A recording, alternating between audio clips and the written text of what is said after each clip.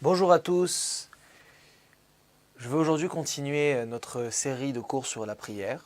Avant tout, je souhaiterais déjà remercier tous ceux qui ont prié pour ma petite cousine qui avait besoin d'une prière urgente de beaucoup de parties de Ham Israël.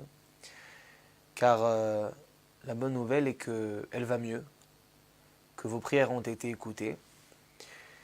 Et miraculeusement, en fait, alors qu'on s'attendait à quelque chose de grave, les choses sont entrées dans l'ordre. Je ne peux pas rentrer dans les détails médicaux parce que c'est personnel, mais je souhaite vraiment remercier tout celui qui a prié pour elle, tout celui qui a pris à cœur mon message que j'ai mis sur Facebook et ceux qui ont reçu un WhatsApp.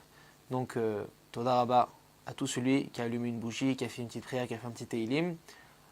On voit comment Tfila Bokat Shamaim, vraiment la prière, elle brise les cieux. Et c'est sur ça que je voudrais rebondir. Dans ce cours, on va sortir de manière exceptionnelle du Seder qu'on avait commencé, de l'ordre qu'on avait commencé par rapport à la Hamida. Et je veux reparler de manière générale de la force de la Tfila. Ça, c'est un exemple, cette prière que je vous ai demandée pour ma petite cousine. Mais il faut vraiment qu'on prenne conscience de la force que Dieu nous a mis dans notre bouche. Un juif, avec sa prière, il peut changer le monde, quel qu'il soit. Il n'a pas besoin de devenir Baba Salé pour que sa prière ait une influence hors norme sur la réalité. Rabbi Chaim de Volojine, il dit dans son livre Nefesh HaChaim que l'homme, en réalité, c'est la Neshama du monde. Ça veut dire que Dieu, il nous a mis, nous, au centre de toute l'existence. Et quelque part, il nous a donné les clés de pouvoir faire changer les choses. On dit que l'homme, il a été créé à l'image de Dieu, n'est-ce pas? Betselem Elohim. Ça veut dire quoi que l'homme, il a été créé à l'image de Dieu? Pensez vraiment que comme nous, on a des bras, alors Dieu, il a des bras. Comme nous, on a des yeux, Dieu, il a des yeux. Dieu, il n'est pas physique. Ça serait le limiter, ça serait assourd de s'imaginer des choses pareilles, comme le dit le Rambam dans son Akdama au Perek Relek. En réalité, Rabbi Chaim de Volojine il nous dit, quand on dit que l'homme il a été créé à l'image de Dieu, ça veut dire que Dieu a fait un acte de bonté vis-à-vis de l'homme, il lui a mis en lui quelque chose, un certain pouvoir, qui est semblable, ou du moins qui se rapproche, qui viachol, à un pouvoir que Dieu, le maître du monde, a. Et quel est ce pouvoir? Il dit la chose suivante. Pourquoi on dit qu'il nous a créé Betselem Elohim? C'est quoi l'image de Dieu? En français, il y a un seul mot pour dire le mot Dieu. Pour dire Dieu, c'est Dieu. Mais en hébreu, dans le Lashon HaKodesh, on sait que Dieu a plusieurs noms. Un de ces noms, c'est Elohim.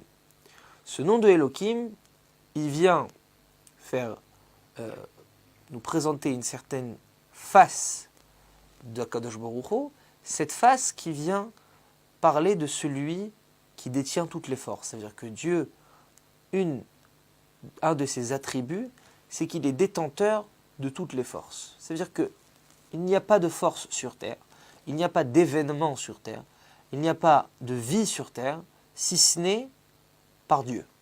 Aucune force ne peut agir si ce n'est par lui. Donc on dit que l'homme il a été créé à l'image de celui qui est détenteur de toutes les forces. Qu'est-ce que ça veut dire? Nous dit Rabbi Chaim de Volojine, de la même manière qu'il n'y a rien qui se passe dans le monde si ce n'est par conséquence que Dieu a voulu, il n'y a rien qui se passe dans le monde qui n'est pas conséquence d'un acte, d'une pensée ou d'une parole d'un juif. De la même manière que Dieu est détenteur de toutes les forces, quelque part, un juif est détenteur de toutes les forces.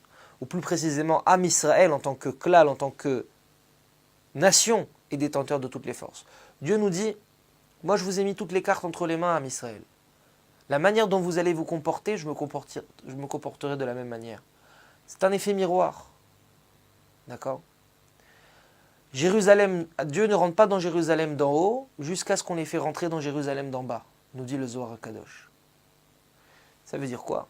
Dieu nous a donné les cartes. Vous êtes un âme tzaddik, et ben je me comporterai avec vous en conséquence. Vous vous comportez d'une mauvaise manière, je me comporterai aussi en conséquence. Pas parce que je veux vous punir, parce que je vous ai donné le libre arbitre, je vous ai donné la force, je vous ai créé à mon image, que tous les mondes sont dépendants de vous, les Juifs. Quand on comprend une chose pareille, on prend conscience de la force d'un mot qu'on dit, de la force d'une tfila qu'on fait. Il continuera le Baal Nefesh HaChaim, Rabbi Chaim de Volojin, dans le Sha'ar Aleph, d'accord, le Perek Vav, ou He, je ne me rappelle plus, à dire que les anges dans le ciel ne commencent pas à chanter tant que les Juifs en bas n'ont pas commencé à chanter le shir de la Kedusha, ce qu'on chante à Shachrit, à Mincha, à Moussaf quand c'est un jour de Yom Tov ou de Shabbat ou de Rosh Chodesh, Nagdishar, Venaritzar.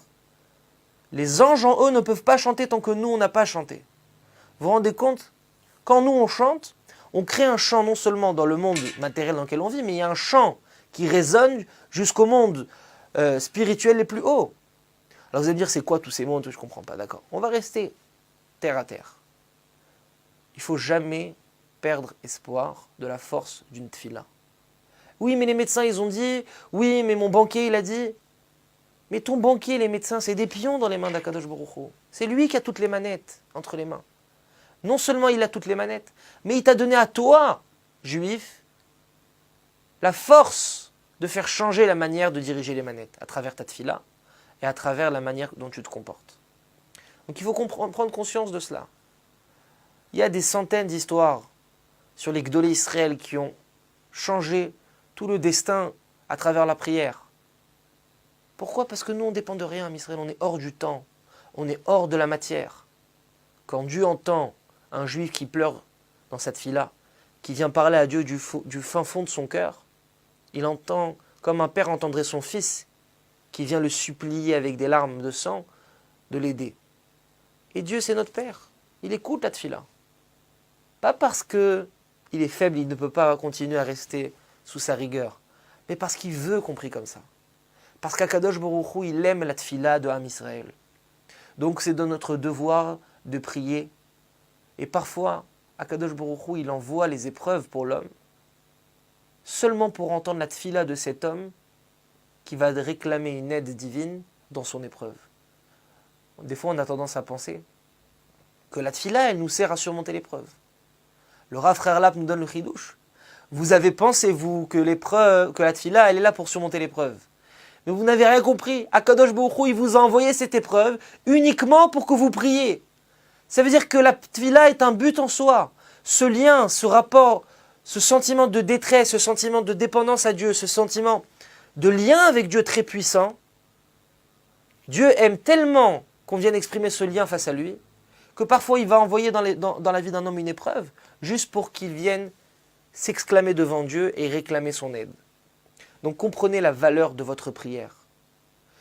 Bien entendu, cette valeur que vous avez entre les mains, cette force, cette influence, cette responsabilité, je dirais même, qu'on a entre les mains, il faut comprendre conscience que ce n'est pas seulement dans la prière, mais c'est dans chaque mot, dans chaque action qu'on fait, dans chaque regard qu'on va porter sur un de nos proches, dans chaque remarque qu'on va faire, mais on ira même plus loin, dans chaque pensée.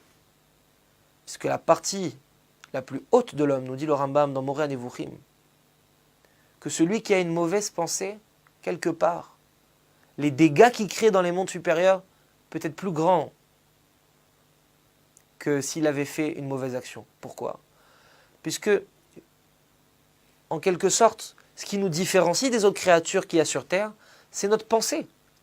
C'est notre capacité à penser. Les animaux, ils ne pensent pas. Ils n'ont pas de conscience. Nous, on a une conscience. Donc toi, tu prends la couronne que Dieu t'a mis parmi toutes les autres créatures sur Terre et tu l'utilises pour faire des choses, pour penser des choses qui sont interdites. Donc tu as pris la couronne et tu l'as mis dans la boue, ou tu l'as mis dans la bouse même. Tu prends cette couronne, tu la mets là-dedans. Donc le dégât, il est très grand. Donc je ne viens pas ça pour dire, faites attention, Non, je vais faire ça pour dire, soyons fiers d'avoir cette responsabilité. Avec notre pensée, on peut faire changer le monde. Avec notre parole, on peut faire changer tous les mondes. Et avec nos actions, on peut aussi faire changer tous les mondes. Donc avant de parler, avant d'ouvrir la bouche, avant de penser, avant même d'agir, il faut toujours se demander, est-ce que ce que je vais faire, ça va être positif, ça va être bénéfique pour ma famille, pour moi, pour le Ham Israël, ou est-ce que peut-être il faudrait mieux que je me taise ou que je mette mes mains derrière mon dos pour cette fois? C'était pour la force de la prière. Maintenant, vous allez me dire, oui, mais tout ce que tu racontes maintenant, c'est ceux qui ont la foi, qui croient en la force de cette prière. Déjà, je vous répondrai à une chose très simple. Je pourrais très bien faire une série de cours maintenant, expliquer par A plus B la force et l'influence de la prière. Mais ce n'est pas mon but. Parce que tout celui qui m'écoute, et même tout celui qui ne m'écoute pas, combien est-ce qu'il pourrait répéter jour et nuit qu'il ne croit pas en la prière? Le jour où il aura réellement besoin de Dieu, il va lui parler. Il va crier, Dieu, où tu es, aide-moi. Maintenant, vous allez dire, oui, mais alors dans ce cas-là, ça rejoint ce qu'il disait Marx, que la religion, c'est l'opium du peuple. Et bien un jour, Lévinas, il a répondu à Marx et il lui a dit, tu sais, il vaut mieux que la religion soit l'opium du peuple, que l'opium soit la religion du peuple. Mais pas seulement pour dire qu'on a la religion et qu'on a la tfila pour nous sortir de notre détresse et de notre désarroi tous les jours. Non, un juif, il ne prie pas parce qu'il n'a plus aucun recours. Un juif, il prie parce que c'est son essence de parler à son Créateur. Un juif, il prie parce qu'il ressent au fond de lui un besoin de parler à celui qu'il a mis au monde, à celui qui lui donne la respiration à chaque instant. Et pas parce qu'on lui a expliqué, et pas parce qu'il n'a plus aucun recours. Mais la première chose qu'un juif doit faire le matin quand il ouvre ses yeux, c'est Modé ani lefanecha. Dieu, je reconnais devant toi que c'est toi qui m'as donné la vie. C'est toi qui m'as redonné ma neshama ce matin. C'est un sentiment naturel chez tout juif normal. Alors, évidemment, la société dans laquelle on vit, les influences qu'il y a autour de nous font parfois oublier ce qui est notre nature la plus profonde. Mais quand un juif ressent ce besoin de prier, il est interdit de repousser ça, soi-disant parce que ses preuves logiques lui disent qu'il n'y a pas de quoi prier. Écoutez votre cœur, écoutez votre neshama, et soyez conscient de la force qu'on a, Ham Israël, de parler devant le Maître du monde. Shalom.